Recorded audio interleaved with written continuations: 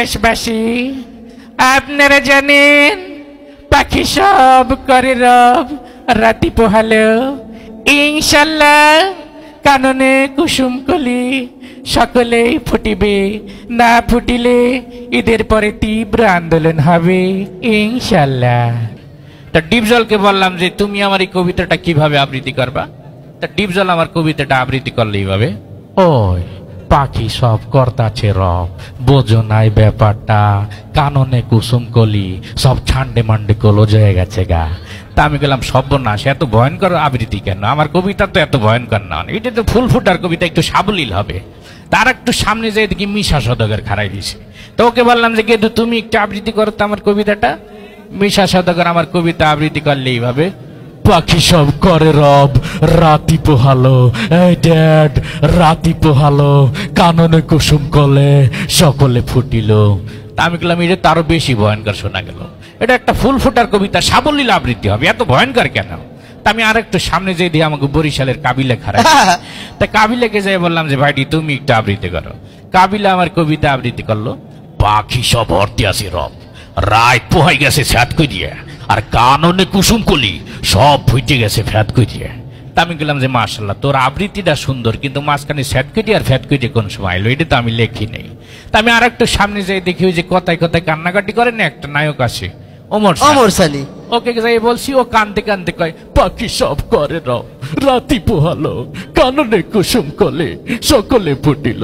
তা আমি গেলাম তুই কান্দিস কে? এটা কি কান্দার কবিতা? এই ফুল ফুটছে আনন্দ করবি, তুই কানতে আসো কেন? আমি বললাম তোরে দিয়ে হবে না। আর একটু সামনে যাই দেখি ওই যে মান্না খাড়াই রয়েছে। তা মান্নাকে যাই বললাম, মান্না আমার কবিতাটা আবৃত্তি করলো, পাখি সব করে রব রাতি পোহালো আম্মা জান রাতি পোহালো কাননে কুসুম কলে সকলে ফুটিল। তা আমি বললাম যে মাশাল্লাহ তোর ভয়েসটাও সুন্দর আবৃত্তিটাও সুন্দর, কিন্তু মানে মাঝখানে আবার আম্মা জান আইলো কমিটি, আমি তো আম্মা জান লাগাই নেই। আর একটু সামনে যাই দেখি ওই যে কথায় কথায় মারামারি করে না অ্যাকশন হিরো রুবেল খাড়াই রয়েছে। তো ওকে বললাম যে তুমি একটু আবৃত্তি করো। ও তো সেই টিভিতে কয় পাখি সব করে রব রাতি পোহালো কাননে কুসুম কলে সকলে ফুটিল। তা আমি বললাম তুই থাম, তোর কাছে আমার কবিতাও নিরাপদ না, আমি নিজেও নিরাপদ না, কোন সময় একটা উষ্টা মাইটি দিবি বলা যায় না।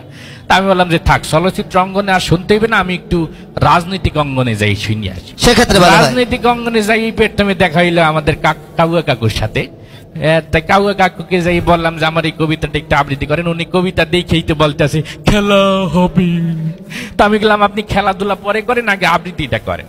তো উনি আমার কবিতাটা আবৃত্তি করলো, পাখি সব করি রাতি পোহালো এ নিয়ে রাজনীতি করার কিছু নেই কাননে কুসুম কলি সকলেই ফুটিল ফুল ফুটুক আর না ফুটুক পদ্মা সেতু কিন্তু হয়েই গেল জ্বালা জ্বালা অন্তর জ্বালা। তা আমি গেলাম আপনি আমার এত সুন্দর একটা কবিতার ভিতর পদ্মা সেতু আন্দাই দিয়েছেন কি? আমি কি পদ্মা সেতু লেগে কবিতা লেখছি? তা আমি বললাম যে আপনার কাছ থেকে আমার কবিতা শুনতে হবে না, আমি আপনার বিরোধী দলে চলে গেলাম। বিরোধী দলে আমাদের বর্তমান যে মুরব্বী রাজনীতিবিদ ম্যাডাম খালেদা জিয়া, ওনাকে যা বললাম যে ম্যাডাম আপনি একটু আমার কবিতাটা সুন্দর করে আবৃত্তি করেন। তিনি সুন্দর করে আবৃত্তি করলেন, বিসমিল্লাহির রহমানির রহিম। প্রিয় দেশবাসী আপনারা জানেন পাখি সব করে রব রাতি পোহালো ইনশাল্লাহ কাননে কুসুম কলি সকলেই ফুটিবে না ফুটিলে ঈদের পরে তীব্র আন্দোলন হবে ইনশাল্লাহ। তা আমি বললাম ম্যাডাম এত সুন্দর একটা কবিতা এর ভিতরে আবার আপনি আন্দোলন শুরু করে দিলেন, এটা তো ফুল ফুটার কবিতা, এটা তো আনন্দের কবিতা। যাই হোক মোটামুটি সবার আবৃত্তি শুনে আপনাদের অনুষ্ঠানে আমি আইয়ে পড়ছি ছাদ কেটে। কথা হলো কি মিয়া ভাই কবিতা কি এখনো লেখেন আপনি?